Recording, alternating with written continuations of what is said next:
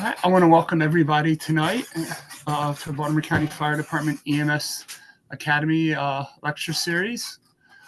Tonight we are honored to have our guest speaker, Dr. David Williams, who will be talking about identifying and responding to human trafficking and the role of first responders.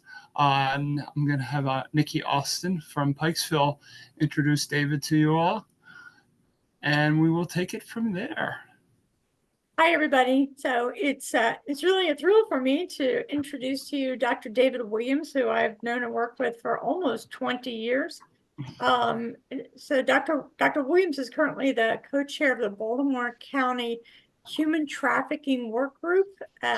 He's been training medical professionals in the recognition and reporting of interpersonal violence for over 25 years. He's held a variety of responsible positions in the military, local government, and in the academic setting. His research focus has included the collection of DNA from assault victims, as well as injury and death in nightclubs. Please welcome Dr. David Williams. Well, thank you for the introduction. As I said, I'm Dave Williams. I represent the Baltimore County Human Trafficking Work Group. I understand this is being recorded.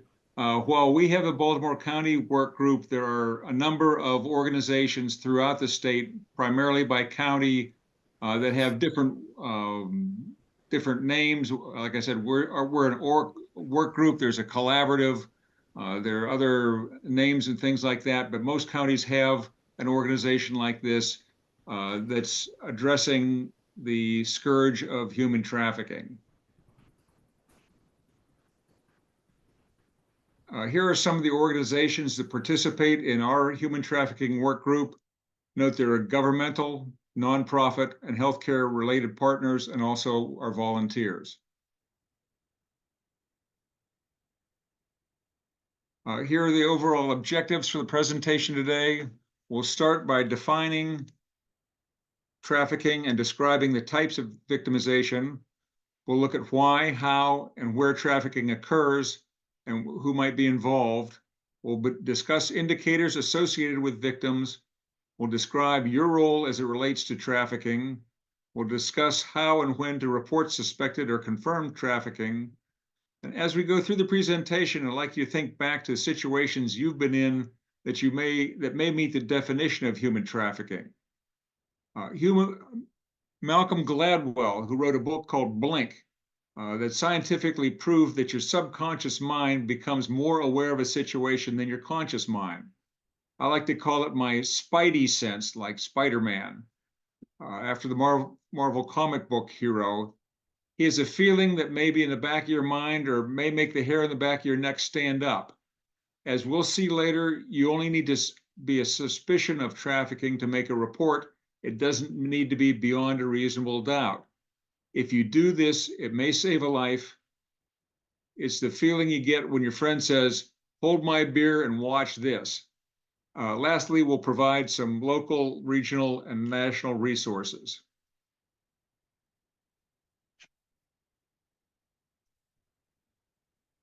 Why is it important for you to understand what human trafficking is? You may be the first person to interact with the victim other than their trafficker. Often first responders and healthcare workers are the only individuals that have contact with the victim outside their trafficker or buyer. I've been training healthcare workers to recognize all kinds of interpersonal violence, from child care and elder abuse to bullying, for over 20 years. But the topic of trafficking has only become to the surface over the last 10 years or so. Studies indicate that over 80% of victims have contact with healthcare professionals while trafficked. So it's important that they be recognized and properly reported, even if they deny they are victims.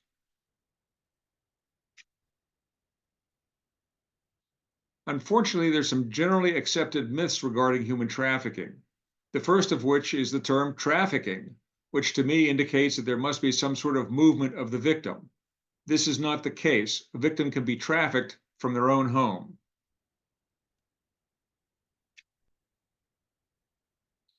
These are some common myths regarding trafficking, and we'll review them individually.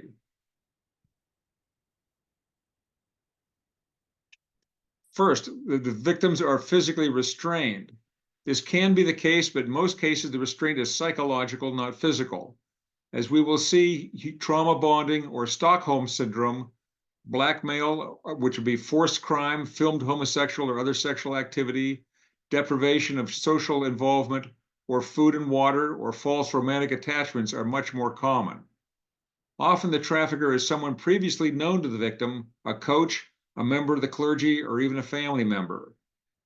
As noted previously, there doesn't need to be some kind of movement for there to be trafficking. In the case of a family member providing a child to a landlord in exchange for rent, the victim would be living at home.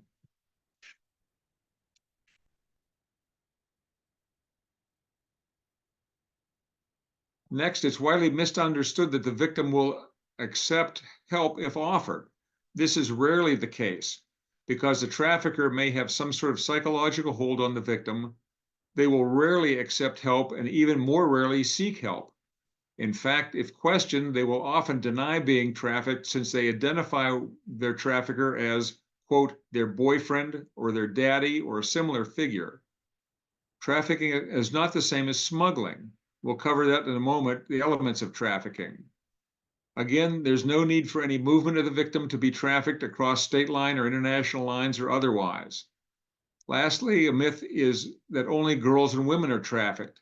This is not correct. In a study in the United Kingdom, fully 1/3 of victims of sex trafficking were boys. Also, there's a large percent of males that are labor trafficked.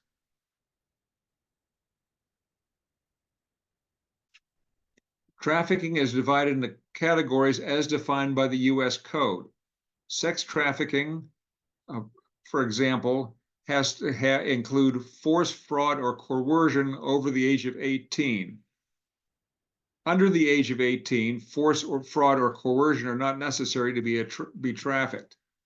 Labor trafficking is by force, fraud, or coercion, is subject to involuntary servitude, peonage, debt bonding, or debt servitude, where there's some sort of initial investment by the trafficker, and then the victim must pay it back, although the wages may be or may not ever cover the initial cost. Debt bondage or slavery. Noting that there's no recognition of organ trafficking in the statute, these are federal definitions of a commercial sex act. Here are some examples of what's considered force. As discussed previously, physical restraint may be used, but assault or threat of assault, deprivation of needed nutrition or sleep, or forced drug abuse, among other examples of force.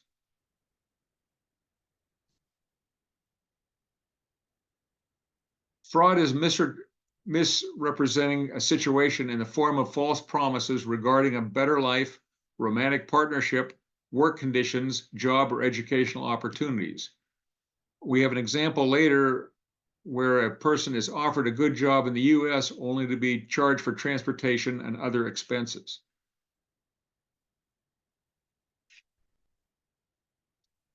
Coercion involves threats of harm against the individual's family, or subjecting the victim to blackmail or deportation.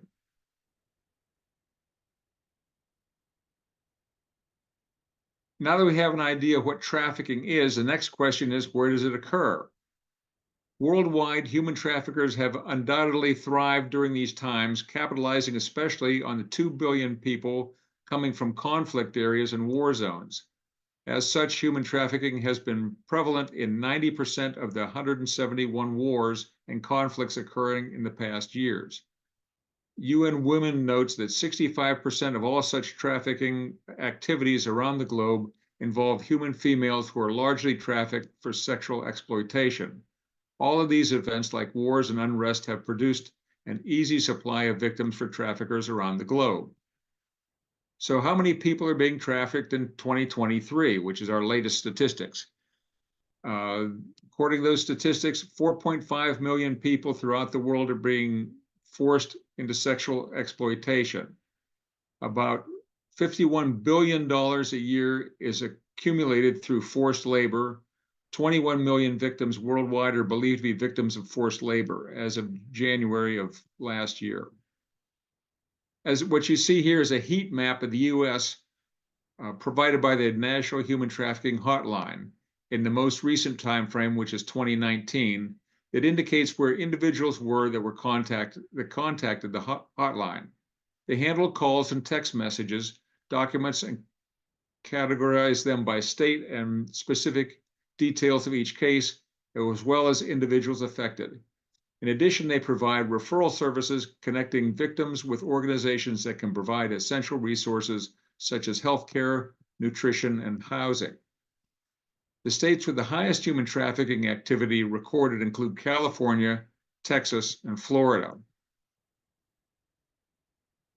As you can see, the contacts are concentrated in areas of higher population density.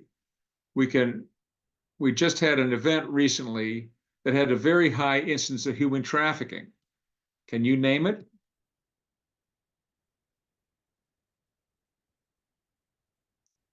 This is part of the campaign from this year's Super Bowl.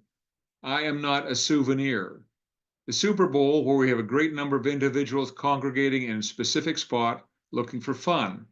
If you remember a few years ago, the owner of an NFL team was involved in a massage parlor that had trafficking victims as staff. For hotels accused of ignoring human trafficking, the signs they ignore may include malnourished and distressed girls, excess requests for towels and sheets, and male visitors without luggage, to name a few.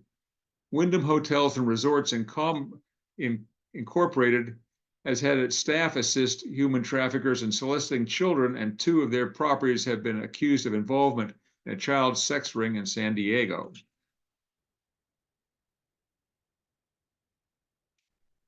Here are the national and Maryland map.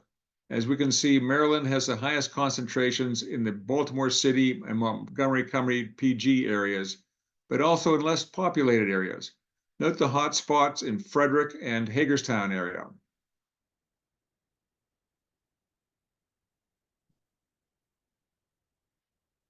So why Maryland?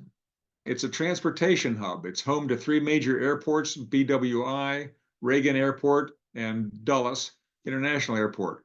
Traffickers conveniently access the state via these airports as they bring victims into the state. Thanks to the airport, the state is a central stopping point for tourists. This can provide traffickers with the cover for their activities and make it easier to blend in and avoid detection. Inexpensive bus transportation. Maryland has an extensive bus line network, making transportation affordable and offering regular service to major cities and towns. As a result, it's easy for traffickers to transport the victim to different locations conveniently and without raising suspicion. For instance, traffickers can use the bus transportation to move victims from Baltimore to DC or from rural areas to urban areas. Train service along the East Coast. Maryland is well connected to the rest of the East Coast by Amtrak. Train service line offers regular train service to destinations throughout the region. The accessibility of these stations allows people, including traffickers, to move from one location to another. For instance, you can use a station to conveniently move from Maryland to cities in New York and Philadelphia. Maryland also hosts large sporting events throughout the year, including football, baseball, and basketball. The state is a major hub for horse racing events in the Preakness Stakes and the Maryland Millions. These are high-scale events, attract thousands of visitors to the state, and provide traffickers with the opportunity to blend in with the crowd. The traffickers use the crowd to their advantage in 2 ways. It acts as a distraction for easy movement of victims, but they also use the influx of victims to find new victims. What do these have in common? Here are some of the Maryland and national statistics there on the right.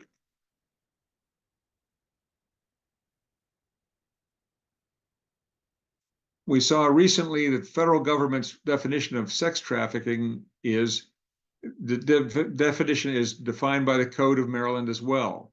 We previously saw what the legal definition of a sex act was, noting that a sex act with a victim under the age of 18 does not require force, fraud, or coercion. Note too that prostitution of somebody 18 years or older is not necessarily trafficking if they enter into the profession voluntarily. Sex trafficking is generally more visible and therefore often more successfully prosecuted than either labor or organ trafficking. Survival sex is providing sex acts for the necessities of life, like food, water, and shelter. We often see this in the youth population. As the slide indicates, these victims can be found in a variety of locations. There's a case study in Greenbelt, Maryland, where a 40-year-old man met at least 3 victims online, forced them into commercial sex, kept all the money, physically and sexually assaulted them, had his nickname tattooed on one of the victims. He was later caught, charged, and convicted and is serving a 15-year federal prison sentence, followed by 15 years supervised probation, a significant amount of federal time. And if you don't know, when you get federal time, there's no time off for good behavior as it would be in the state system. Labor trafficking can involve adults or minors. This can be legal business or an illegal business. Here in Maryland, we have a few industries where this can be abused. Agriculture on the Eastern Shore in Western Maryland, maritime industries along the Chesapeake Bay, domestic servants, particularly in the Washington, D.C. area of Montgomery and PG County. The largest labor trafficking case was found against an African diplomat who trafficked a 13-year-old girl to the U.S. and made her work excessive hours with no pay. She was later awarded over $1 million, but the diplomat went back to Africa, so she'll probably never collect. In the past few weeks, inspectors at a meat packing plant in the South have discovered multiple undocumented children as young as 13 providing services of cleaning out dangerous machinery. So this is an example of labor trafficking as well. Victims work against their will for little pay with excessive hours, and here's a case study. Mexican woman was promised a good job in California. On arrival, she was told she owed $3,000 for travel expenses, an example of debt bondage. She was forced to work over 18 hours a day, and a trafficker threatened her family.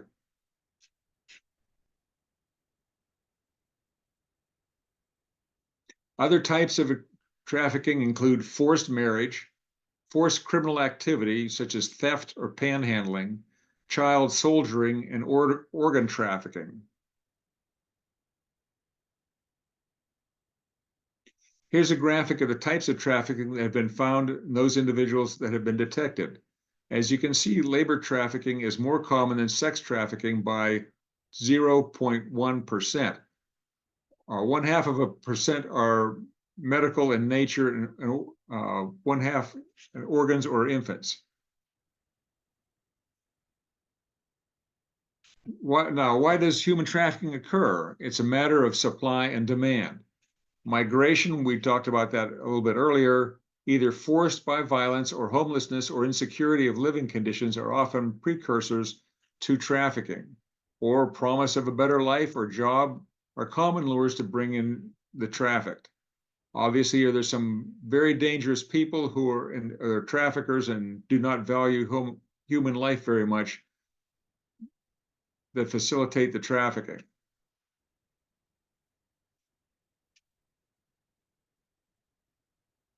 Again, why does trafficking occur? Demand for commercial sex, instability of living conditions due to war or natural disasters, child soldiers. Think of the children in Haiti after the earthquake. They were brought to the U.S. Demands for cheap labor. Where do you get your clothes and who made them? You ever wonder about that? Obviously, selling humans provides funds for criminal activity. I'll give you an example. Let's say I buy a kilo of heroin for $1,000 and sell it for $1,500. I make $500, but I have to buy another kilo to sell. If I only have to spend $1,000, meaning I have a profit. Okay. Now, if I buy a girl for $1,000 and trick her out at $20 per trick times 20 times a day times 365 days a year, this means I bring in a profit of $146,000. And when I'm done, I can sell her for another $1,000. So it's a whole lot more efficient than selling drugs or guns or something else. So who all is involved? We got the trafficker, we got the victim, and we got the buyer.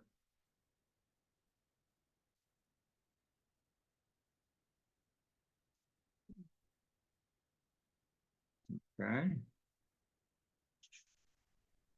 And we got a slide that doesn't drop. There we go. Well, let's talk about the victim for a moment. They have vulnerabilities. I'm not sure if you're familiar with the Adverse Childhood Experience Study, or ACEs study.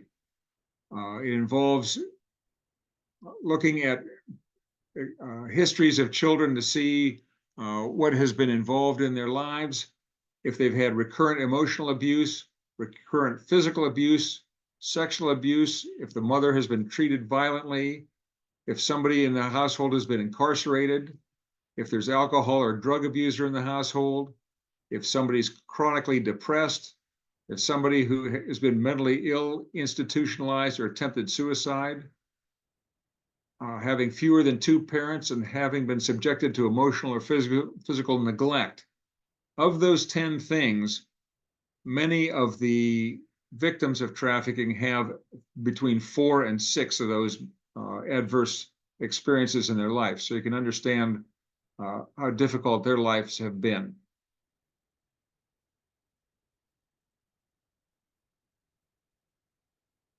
Okay, who's involved? The trafficker. Okay, we got the trafficker next. We can see the people. Here we are. There's no single profile. It can be any age, gender, race, socioeconomic status. Again, they control the individual by force, fraud, or coercion. You can see the people in these pictures look like normal people. And that's what, unfortunately, you can't see what there's no specific look. They may be teens to grandparents. Again, they can be relatively poor, relatively well off. There only needs to be the desire to prey on those who are vulnerable. Okay, next, who's involved? The buyer.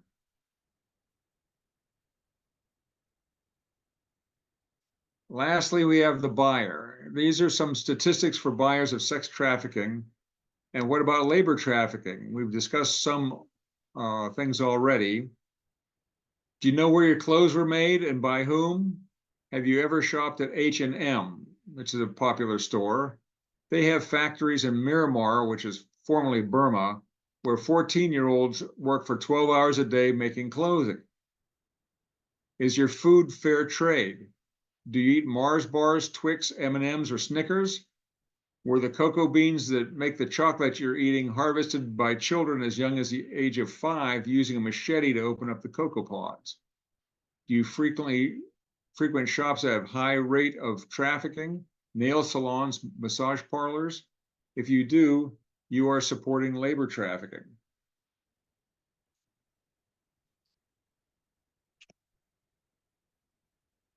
How does trafficking occur? We'll cover the 4 stages: recruitment, grooming, exploitation, and then methods of control.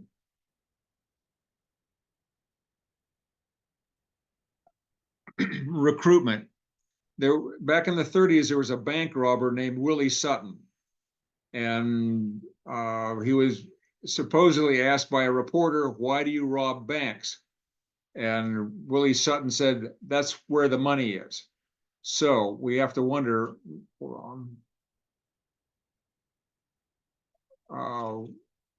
where are the vulnerable people? Okay, where do we see them? We see them in person or sometimes online. Some recruitment examples.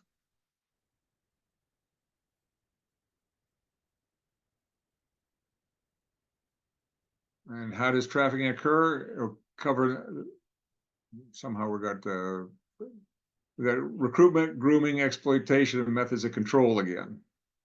Let's see. Okay, grooming. The term grooming has been co-opted in our society recently to mean educational subjugation that one doesn't like is called grooming. This is totally different, and these are the common steps.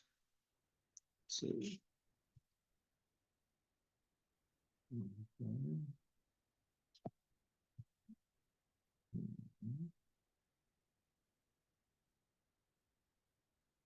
There's some grooming examples. Cody spends weeks communicating with Gabby on a Facebook chat, eventually over the phone, shares many of her interests, becomes more supportive. She trusts him, tells him about the abuses she suffered at home while he remains very supportive. After a month, he tells her he loves her. And then things start. Okay.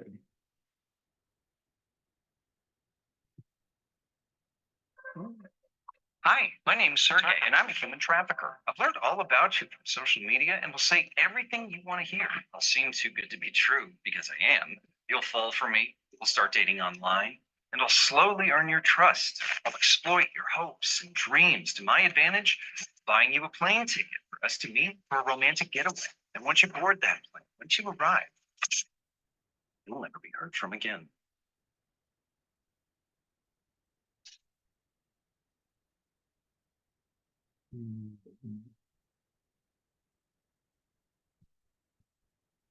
All right. So again, we've got the recruitment, grooming, exploitation, and methods of control.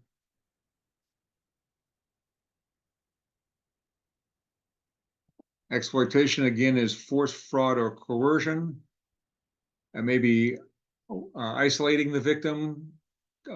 Communication with social supports may be limited or restricted. Demands for repayment. We've been through this already a bit.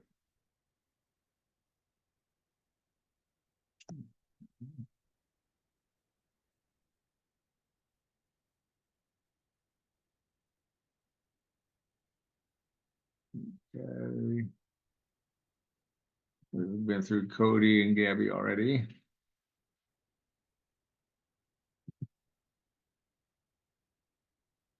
So methods of control. Again, force, fraud, or coercion, physical, psychological, economic power, threats, restricted access to medical care, friends and family, and deprivation of food, water, and sleep.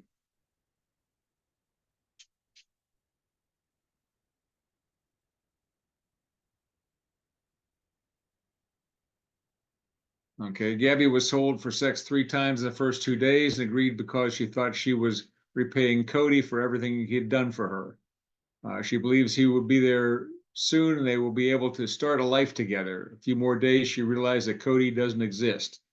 So that's the fraud part of it.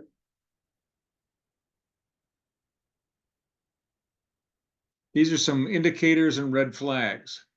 Signs of physical and or sexual abuse, substance abuse, untreated undiagnosed health conditions, frequent STIs or pregnancies, injuries caused by hazardous working conditions, particularly in labor, a denial or delay of medical treatment, signs of malnourishment or exhaustion, limited social contacts.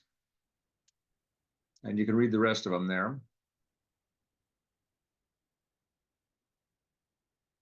One I'd like to point out is in debt to their employer. Here in Maryland, my daughter-in-law worked for a retail company, and her supervisor had come from New York and then staffed one of the stores with people from New York, and they all lived with him, and he controlled them completely.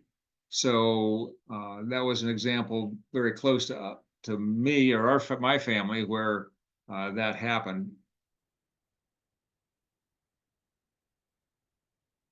Some of the behavioral red flags, again, this is where your spidey sense or the hair on the back of your neck will maybe alert you. if somebody's overly withdrawn, fearful, anxious, or depressed. I mean, people are in those conditions all the time, but sometimes they're a bit more greater than what you would expect. If they're submissive or angry, defensive, one key thing is the controlling individual resistant to leaving the room. There's a thing in trafficking called the bottom girl, which is somebody who typically was previously trafficked, who then controls the trafficking victims. And oftentimes they will, if you ask the victim a question, the bottom girl will answer the question and won't leave their side. There are times that make it very difficult to find out exactly what's going on. But if there's somebody like that, or it's more than just a parent, what I would call a helicopter parent. It's somebody who's there who you aren't really sure. And oftentimes they identify as a sister or an aunt or somebody like that. So just be aware that that could be the situation. Okay, will the victim disclose? That's always a question. And the answer is probably not, for two reasons. First of all, if the bottom girl is hanging around, they're afraid that they're going to be abused worse if they tell you. And second of all, sometimes, as you saw in the last example with Cody, they don't consider themselves a victim. They think that this person is their boyfriend or their guardian or whatever, and maybe the first person to ever pay them any attention. So they don't consider themselves a victim. So the chances of them actually disclosing to you are fairly small. Many of you understand the concept of the Stockholm syndrome we see on the left of the slide. That was a case in Stockholm, Sweden, probably 30, 40 years ago, where a bunch of bank robbers went into a bank and held people hostage for about 4 days. And during that time, they had total control over the people in the bank, the customers that had been in there, when they ate, when they slept, what they ate, everything. When they were eventually released, the victims, the people who had been in the bank, actually testified as character references for the bank robbers. And that's how bad, that's where the term Stockholm syndrome came from. Again, there are more factors affecting the disclosure. They may not understand what's going on. They may not be able to speak privately. They may not be able to speak English. So there are a lot of things that can prevent them from actually disclosing.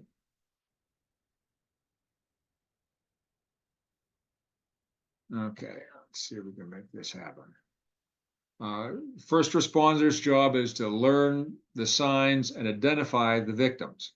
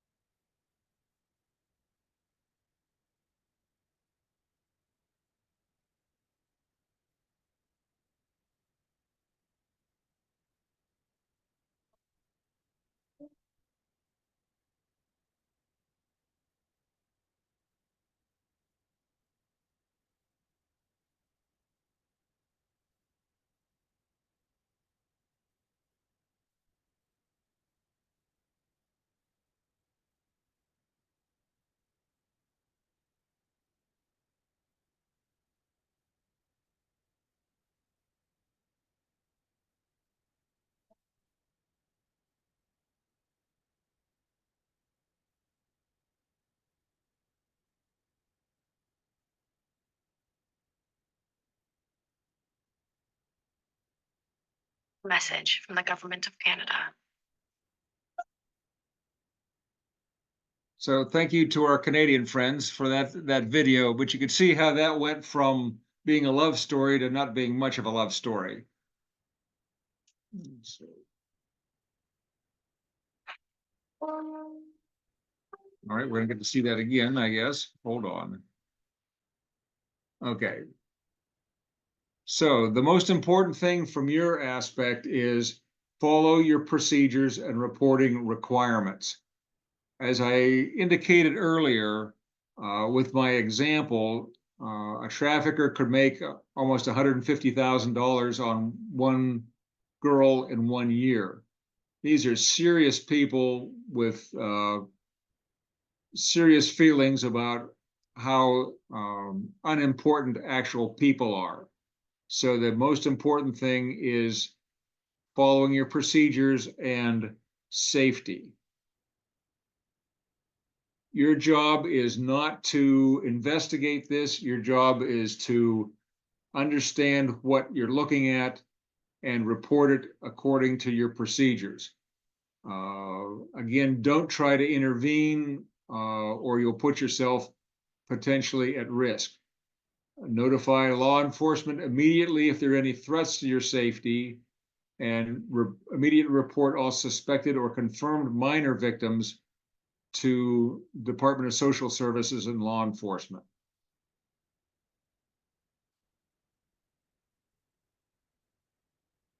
You are a mandated reporter, which means that according to the law, you are required to report this if you have a suspicion. Again, you don't need to be 100%, you don't need to be 51%, you don't need to be 40%. If you just think something is wrong, that's the most important thing. Report it according to your protocols.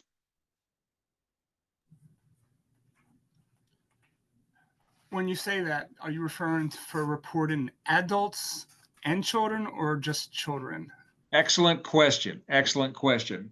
If the victim is under the age of 18, you may report them. If they're over the age of 18 and not a vulnerable adult, which I'll explain in a minute, it's up to them to report themselves. A vulnerable adult is somebody who cannot take care of themselves either mentally or physically. If that's the case, it can be reported to Adult Protective Services. But anybody who's over the age of 18 and is able to take care of themselves, they are required to report themselves. You cannot do that, or again, it's according to the protocols that you have at your station or in your organization. Great question. It comes up frequently. Yeah, I believe we would send it for all children are reported. For adults, it would be referral to social services, and then they would decide. Right. At least. Yeah, like I said, stay within your protocols and you'll be okay. Here's some national resources: human trafficking hotline, call, text, or live chat. National Center for Missing and Exploited Children, their tip line. Some local resources. Turnaround is an organization that's in Towson that supports victims. And again, we've got local resources. Again, the Allegheny County Task Force and Arundel County Collaborative, Baltimore County Workgroup. See, the organizations have different names, but they have different, the same idea of what they're doing.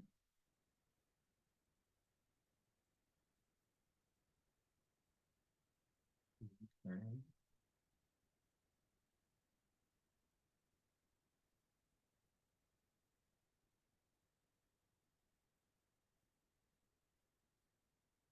And there's statewide contacts at the Governor's Office for Crime Prevention.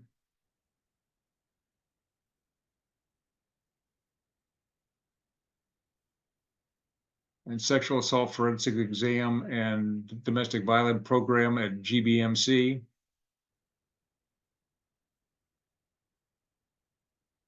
And again, to recapitulate, the role of the first responder is to treat each situation as dangerous until proven otherwise. We see all the time on TV, at least this time of the year, where there's a victim or somebody who is in the ocean and having trouble swimming, and somebody goes out to save them and they both die. You don't want to be the person that goes out there second and dies. So again, I cannot stress enough the safety aspects. There's a question on that. Sure. The question is, do you have any suggestions for separating the handler from the person trafficked in order to assess the situation, or is it better to just alert the ED staff of suspicions and let them handle it? What I would do, if there's some procedure that you can do whereby you separate the victim and let's call it the bottom girl or the other person, that would be preferable. My background is in dentistry, and frequently we would take a radiograph. So we would have the one person leave the room while we took the radiograph, and then we would be with the victim individually. If there's a procedure similar to that you could incorporate, that would be preferable. But again, you only need to have the suspicion. You don't have to go much further than that. Does that answer the question? Now, again, attempt to speak to the patient privately without a cell phone, because oftentimes the trafficker will give the victim a cell phone and it'll be turned on so they can listen to the conversation. So just be, again, assessing for safety, provide them with resources. There's a thing called a shoot tag, which is like a business card that has information regarding the tip line that they can put in their shoe, literally, and take with them for later use. Those are available in some places if you need them. And again, report suspicion to healthcare staff if transferring to a medical facility. Are there any other questions?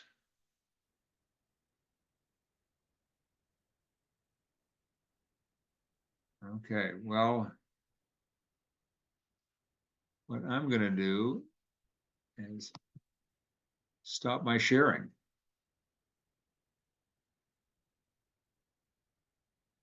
Okay, let's see any chat. There's 7 chats. Okay, sign in link. Okay. Most of that has to do with logistical stuff. Well, I guess the good news is we have some time to go see the presidential debate tonight.